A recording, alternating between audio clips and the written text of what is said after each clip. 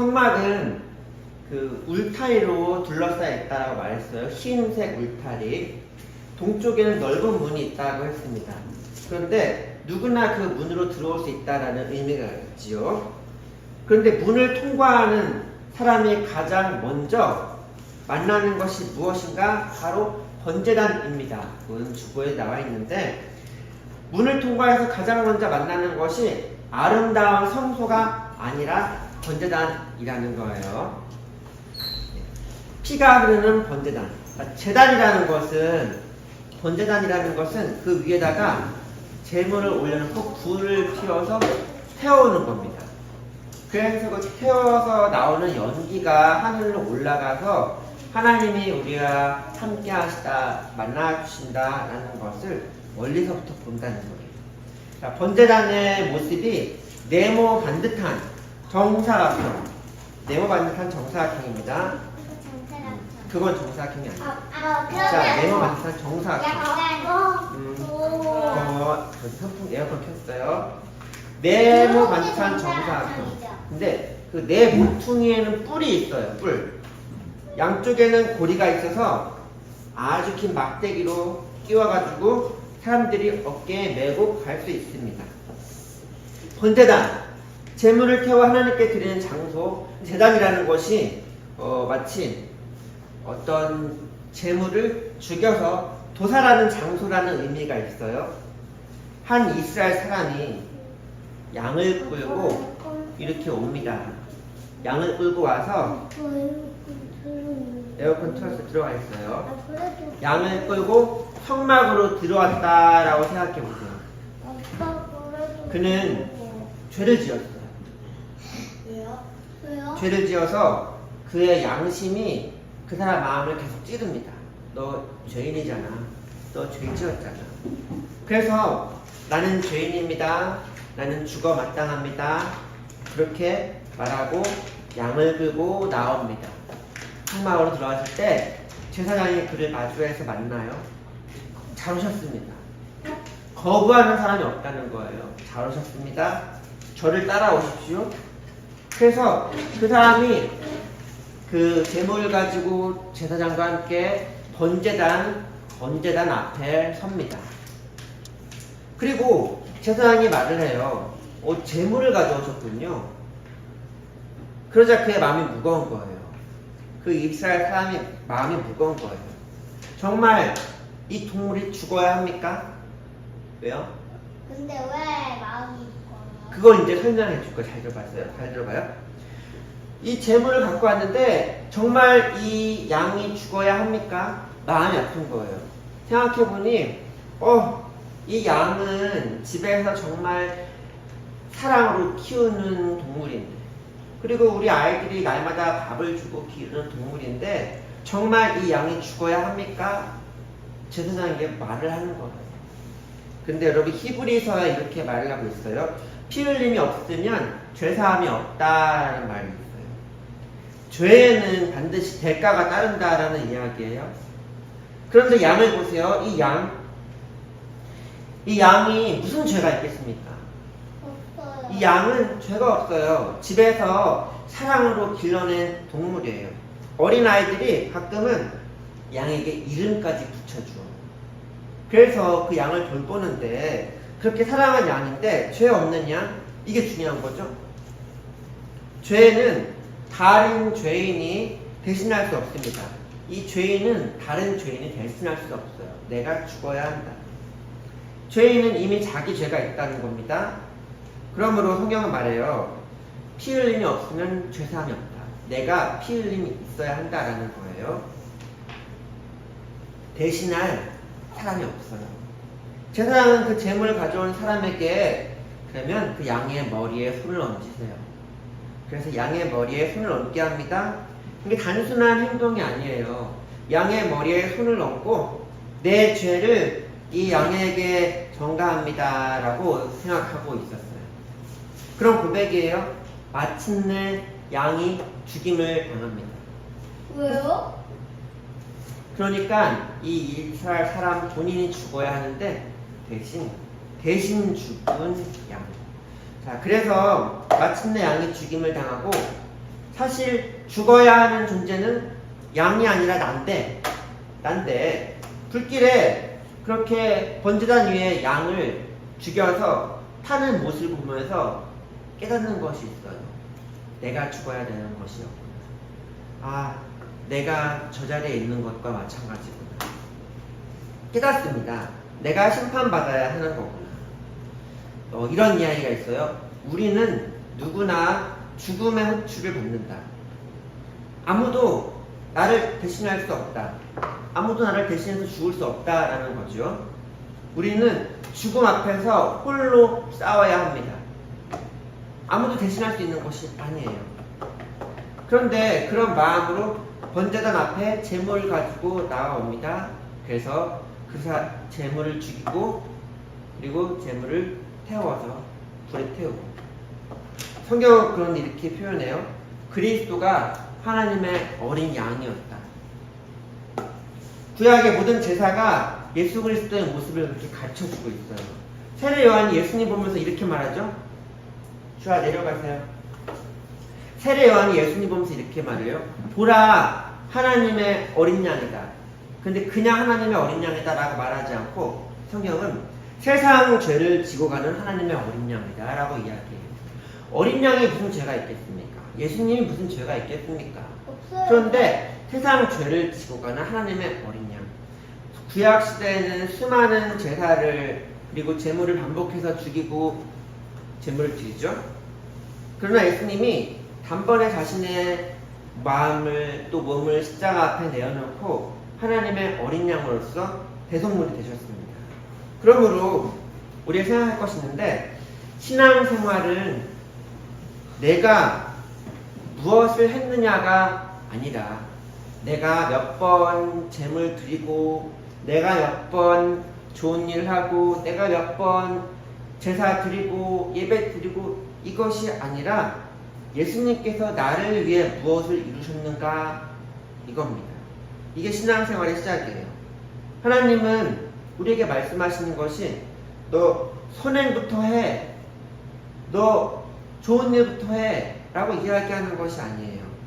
너 착한 사람 먼저 돼야 돼, 그래야 예배 드릴 수 있어, 이렇게 말하는 것이 아닙니다. 자, 성막 울타리 안에 들어오는 사람, 그 사람은 착한 사람이 아니었어요. 좋은 일 많이 하는 사람이 아니었어요. 그는 죄인이었어요. 죄인으로서 제물을 들고 나오는 사람이었습니다. 그런데 그 사람을 거부하지 않았어요. 그 사람을 마주했어요. 먼저 말씀하시는 것은 선행부터 하라, 착한 사람이 되어라가 아니라 제단으로 나오라, 십자가 앞으로 오라, 이런 초대입니다.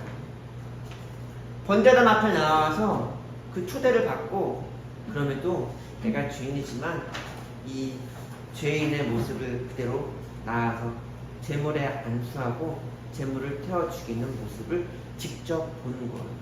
제사장은 그것을 도와줘요. 자, 그러면 번제단을 지나면 무엇이 있는가? 물두멍이라는 것이 있어요. 물두멍. 물두멍이 왜 물일까? 거기는 물이 들어있기 때문에 물두멍이에요. 물두멍은 둥근 대야, 아주 큰 둥근 대야 같은 거예요. 거기에 물이 가득 담겨 있어요.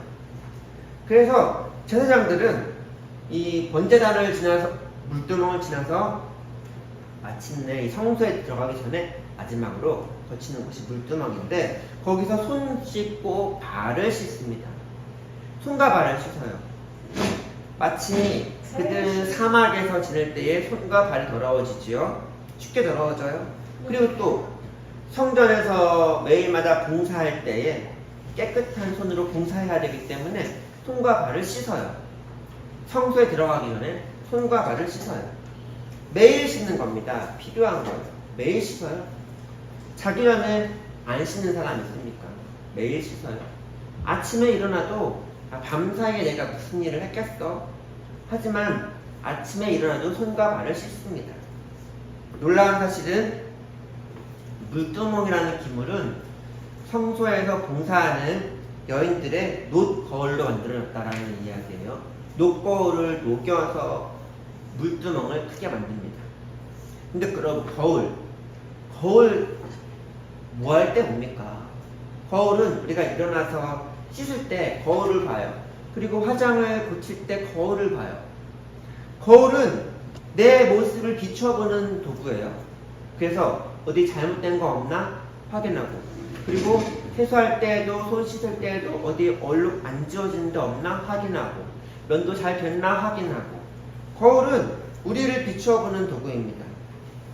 성경은 하나님의 말씀을 우리의 거울에 비유해 주어요. 말씀을 읽을 때에 우리의 죄 드러나게 되죠. 말씀을 읽을 때 내 교만함 드러나게 되죠. 말씀을 읽을 때 내 욕심 드러나게 되죠. 말씀을 읽을 때 마치 거울 보는 것과 같은 그런 효과입니다. 거울을 보는 이유가 무엇인가? 내 더러움을 그냥 확인하려고 하는 데 있지 않다. 거울을 보고 내 더러움을 확인했다면 씻어내는 것이 마땅한 일입니다. 거울을 보는 이유는 더러움을 확인하는 데 있는 것이 아니라 씻기 위함이다. 그래서 말씀을 보면서 말씀을 통해 자신의 잘못을 깨닫고 내 욕심과 교만함을 비춰보면서 죄를 자백하고 또 회개하고 하나님 앞에 내 자신을 정결하게 하기 위함입니다. 물두멍도 마찬가지예요. 물두멍을 통해서 제사장이 제물을 가져온 사람을 도와서 제물을 찔러 죽이고 또 태워 죽이는 그 번제단 위에 올려놓을 때 제사장도 역시 손이 더러워지거든요. 피로 물들거든요. 그런데 그는 손을 씻습니다. 그리고 성소로 들어갈 준비를 하는 겁니다. 성경에 물두멍을 만드는 그 재원을 표현할 때 물두멍의 크기를 정해주지 않았어요. 기록하지 않아요. 어떤 사람은 이렇게 봅니다. 그건 크기가 정해져 있지 않기 때문에 하나님의 무한하신 아주 측량할 수 없는 은혜를 표현하는 것이겠구나 라고 말을 하기도 해요. 또는 우리 죄보다 더 큰 하나님의 은혜를 표현하기도 합니다. 어쨌든 그런 모습을 통해서 어떻게든 내 죄가 씻겨나갈 수 있겠구나 라는 그 속에서 씻고 성소로 들어가는 것입니다. 속죄한 다음에는 성결이 있습니다. 성결, 깨끗하게 성결하는 거예요. 번제단에서 제사를 드리고 피를 뿌리고 내장을 씻고 제물을 태우는 과정에서 더러워진 손과 발을 씻습니다. 그래서 성소에 들어갑니다. 하나님은 씻지 않으면 죽게 될 것이라 말씀하셨거든요. 번제단에서 죄의 문제를 해결한다면 그러면 물두멍에서는 거룩함을 잘 유지할 수 있도록 씻습니다. 그리고 성소에 들어가는 거예요. 속죄함이 없으면 정결함이 없이, 또 정결함이 없으면 하나님과의 누릴 교제를 풍성하게 누릴 수 없다. 예수 그리스도의 십자가로 용서받은 성도는 이 말씀과 또 성령 안에서 날마다 새로워진다라는 말씀입니다. 오늘도 하나님의 말씀 앞에 나아가는 사람은 번제단 앞에 설 수밖에 없어요. 문을 열고 들어가면 제일 먼저 맞이하는 번제단을 보면서 그리스도의 피로 내가 용서를 받는 거구나. 쭉 들어가보세요. 그리고 번제단을 지나서 물두멍 앞에 서면 거기서도 역시 말씀을 통해 내 자신을 비춰보고 그리고 손과 발을 씻는 것. 성령 안에서 우리가 계속 씻김을 받는 것과 마찬가지입니다. 그래서 마침내 하나님과의 교제로 들어가는 삶을 우리는 누립니다. 그래서 들어가 보세요. 번제단은 우리에게 물어봅니다. 당신은 죄인임을 인정합니까? 그 타오르는 제물을 보면서 당신은 죄인임을 인정합니까? 그리고 또 물두멍은 우리에게 묻습니다. 오늘도 말씀으로 자신을 씻고 있습니까? 그리고 성령 안에서 새롭게 되는 삶으로 우리를 초대해주고 있습니다. 사랑하는 여러분, 번제단 대신 예수 그리스도, 그의 십자가로 용서받은 것을 우리가 날마다 기억하고, 그리고 물두멍이 대신 그 안에 담겨있는 물, 성령 안에서 날마다 씻김받고 새로워짐을 경험하면서, 그러면서 복된 삶을 살아가길 바랍니다. 마침내는 하나님의 성소 안으로 들어갈 때에 또 어떤 향이, 또 우리에게 주시는 만나가 있고, 우리에게 말씀해 주시는 하나님의 음성, 그것을 우리가 누릴 수 있기를 바라겠습니다.